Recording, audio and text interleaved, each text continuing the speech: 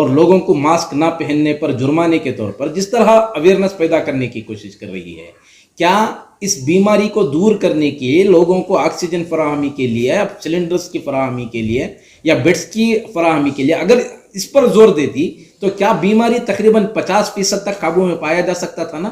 تو اس سلسلے میں سرکار کی جو بے توجہ ہے اس پر کیا کہنا چاہیں گے آپ؟ دیکھو، لوگ صرف بیماری سے نہیں مر رہے ہیں، بیماری سے بھی مر رہے ہیں، بھوکے بھی مر رہے ہیں۔ سرکار کی ذمہ داری یہ ہوتی ہے، لوگوں کی امیدوں سے جیتا گیا ہے، جتوایا گیا ہے، یہ امید سے کہ یہ لوگوں کا پرسان حال دے گی، یہ لوگوں کا کچھ بھلا کرے گی۔ ایک طرف آکسیجن کی کمی کی وجہ سے، آکسیجن کی کمی ہونے کی وجہ سے لوگ دن بدن لاکھوں کی، ہزاروں کی، لاکھوں کی تعداد میں مر رہے ہیں۔ دوسرا، ہاسپٹلز اتنی ہونے کے باوجود ہاسپٹل میں بیڈس نہیں ہے، یہ ایک سکیم چل رہا ہے، ایک دھندا چل رہا ہے۔ اس کے باوجود پھر یہ سرکار ادھر لاک ڈاؤن کے ذریعے سے لوگوں کو بھوکا بھی مار رہی ہے۔ لاک ڈاؤن تو آسانی سے ہو جاتا ہے، کوئی نہیں چاہتا کہ باہر کووڈ-19 اسپریڈ ہوا ہے، کورونا کی وجہ سے کوئی باہر چلنا نہیں چاہتا، لیکن اس کے بچوں کو، اس کی بیویوں کو، اس کے ماں باپ کو، اس کے گھر والوں کو پیٹ کے لیے ان کو کیا جواب دے گا؟ کیا وہ بھوکے؟ کئی لوگ بھوکے مر رہے ہیں، کئی لوگ بیماریوں سے مر رہے ہیں۔ جو بیمار ہوتے ہیں ان کو ہاسپٹل میں بیڈ نہیں ملتا، کیا کر رہے ہیں؟ جو یہ شاہ رخ خان ہو، عامر خان ہو، عظیم پریم جی ہیں، انہوں نے کتنے ہزار کروڑ جو ڈونیشن دیا تھا پی ایم فنڈ کو، یہاں تک کہ ہمارے کورٹ نے، ہائی کورٹس اور سپریم کورٹس اور ہر ہائی کورٹس اور ڈسٹرکٹ کورٹس نے بھی جو بھی جرمانہ لگاتے تھے، جو بھی فائن کے طور پہ لگاتے تھے کوئی وجہ سے، وہ فائن کا سارا معاملہ، فائن کا سارا پیسہ یہی پی ایم کیئر فنڈ میں ڈالتے تھے، یا سی ایم کیئر فنڈ میں بھی ڈالتے، پی ایم کیئر فنڈ میں بھی ڈالتے۔ یہ سارا فنڈ کا پیسہ انہوں نے وعدہ کیا تھا کہ ہاسپٹل میں بیڈس کا انتظام کریں گے، ہاسپٹلوں کو بڑھائیں گے، بیڈس کو بڑھائیں گے، یہ سب کیے ہیں، لیکن یہ سب سارا پیسہ یہ کھا گئے۔ یہ جو این جی اوز ہیں جن کا کوئی نام و نشان نہیں ہے، اپنے طرف سے اللہ کو ڈر کے، انسانیت کے ناطے، ہندو ہو یا مسلم ہو، پڑوسی ہو یا کوئی ایک ناگرک ہو، ایک محلہ کا ناگرک ہو، اپنے پڑوسی کو بچانے کے لیے بہت جد و جہد کر رہے ہیں، اپنا پیسہ خرچہ کر رہے ہیں، اور بڑی مشکلوں سے ان کی پوری جتنی بھی کوشش ہوتی ہے اتنی کوششوں سے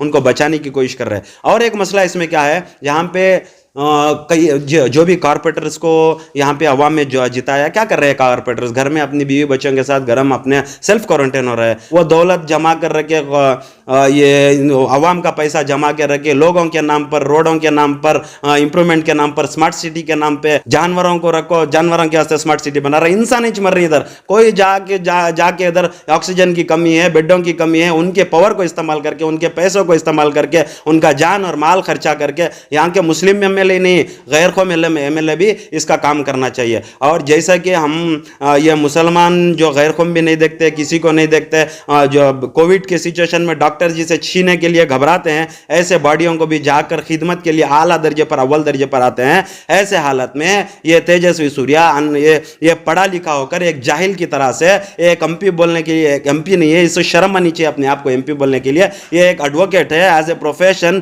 یہ سب جان کر یہ جا کے بی بی ایم پی کے ذمہ دار لوگ کو یہ بولتا ہے کہ تم نے کس پروسیجر کے حساب سے تم نے ان کو اپائنٹ کیا۔ ارے بھائی، کورونا کسی کی پروسیجر کے حساب سے نہیں آتا، کورونا اسے بھی داخل ہوا تو پروسیجر پوچھ کے نہیں آتا۔ جو لوگ آ رہے ہیں سامنے خدمت کے لیے وہ بھی ڈاکٹر سے، ان کو میں یہ کہتا ہوں کہ تیجسوی سوریا کو، ان کو خوشامدید بول کے ان کو کام میں، ان کے بنا ان کے کام میں دخل دیا، ان کو اپائنٹمنٹ جو ہوا ہے ان کو سیلیوٹ کرنا چاہیے تھا، اس پہ خوش ہونا چاہیے تھا۔ اس کی بجائے جا کے یہ انگلی کی ہے۔ یہ کیوں انگلی کی ہے؟ پچھلی بار کو ہائی کورٹ نے ایک ریپلائی مانگا ہے، جو چامراج نگر، میسور سے چامراج نگر کو جو آکسیجن کے سلنڈرز گئے تھے، راستے میں ہی 24 سلنڈر ہضم ہو گئے۔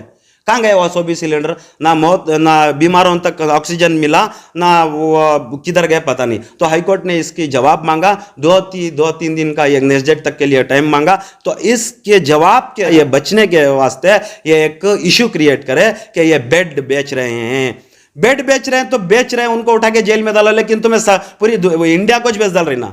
ادھر بس سٹینڈ بکا، ادھر ایئرپورٹ بکا، ادھر آکسیجن بھی بکا ہے، سعودی سے آیا سو آکسیجن بھی بکا ڈالے، بیڈا بھی بکا ڈال رہی۔ اور وہاں پہ جو لسٹ دیے ہیں گورنمنٹ نے، ہیلپ لائن نمبر دیا، ایک بھی نمبر نہیں لگتا، لگا کے دے تو نہیں تو بزی آتا، نہیں تو ناٹ ریچیبل آتا، نہیں تو سوئچ آف رہتا۔ آکسیجن کے لیے مر رہے ہیں، آکسیجن نہیں مل رہی ہے۔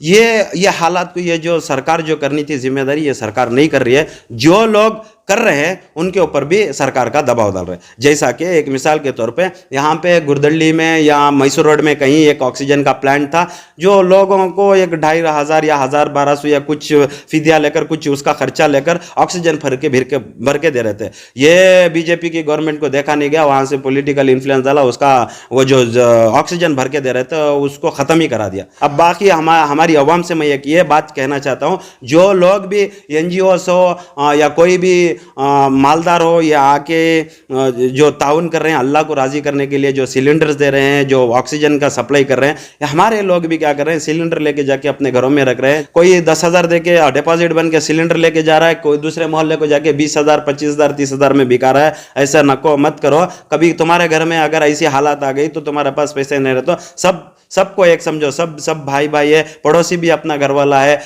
دوسرے شہر والا بھی اپنا گھر والا ہے. ہر انسان چاہے مسلم ہو, ہندو ہو, سکھ ہو, عیسائی ہو, چاہے چمبار ہو, چاہے دلت ہو, چاہے SC ST کوئی بھی ہو, انسان ہی ہے. یہ مساجد کے سطح پر ذمہ داروں کی طرف سے, مساجد کے ذمہ دار ہوں یا علاقے کے ذمہ دار ہوں, اپنے طور پر ایک 4-5 افراد مل کر کچھ سرمایہ لگا کر کچھ سلنڈرز وغیرہ فراہم کرنے کا منصوبہ بنایا نہیں جا سکتا؟ اس پر کیا پیغام دینا چاہیں گے؟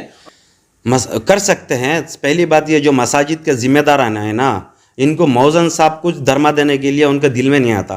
امام صاحبوں کو جو سالانہ جو ہمارے لیے ہماری رحمت کا ذریعہ بنتے ہیں, ہمارے بچوں کو علم دیتے ہیں, ان کو آخرت کی تیاری کرتے ہیں, ہمارے تک ہمیں اللہ کی پہچان کراتے ہیں, ہماری آخرت کا نجات کا ذریعہ بنتے ہیں. ایسے امام صاحبوں کو یہ جو صدر سیکریٹری ہے, سب چور لوگ, سالے لوگ, انہوں لوگ مسجد کا چندہ اکٹھا کر کے اپنے جیبوں بھرتے ہیں. اور یہ کیا ہے, سب نہیں بولتے ہیں لیکن اللہ کو جواب دیں گے. امام صاحبوں کا دھرما تک نہیں دیتے, مؤذن صاحبوں کا دھرما تک نہیں دیتے. مجبوری سے وہ سگنلوں میں جا کے پین پرس اور یہ مارکس بکا کے ان کی زندگی گزار رہے ہیں. جو اللہ کو ڈر کے کرنا چاہتے ہیں, جو جس کا دل اللہ نے سخی بنایا کر رہے ہیں, لیکن کرنے والوں کو تو اجر ہے. چاہیں گے تو کریں گے. جیسے ہمارے مساجد فیڈریشن جو بہت بنے تھے NRC کے ٹائم پہ, جے نگر مساجد فیڈریشن بنے, ادھر کے قدوس صاحب کی عیدگاہ میں مساجد فیڈریشن بنے, جوائنٹ ایکشن کمیٹی بنی. کوئی جوائنٹ کام نہیں ہو رہا ہے, کوئی جوائنٹ ایکشن کمیٹی کوئی کام نہیں کرے. کوئی مساجد والے کر رہے ہیں تو کوئی دکھاوے پہ بھی کر رہا ہے, کوئی اس میں بھی کر رہا ہے. انشاءاللہ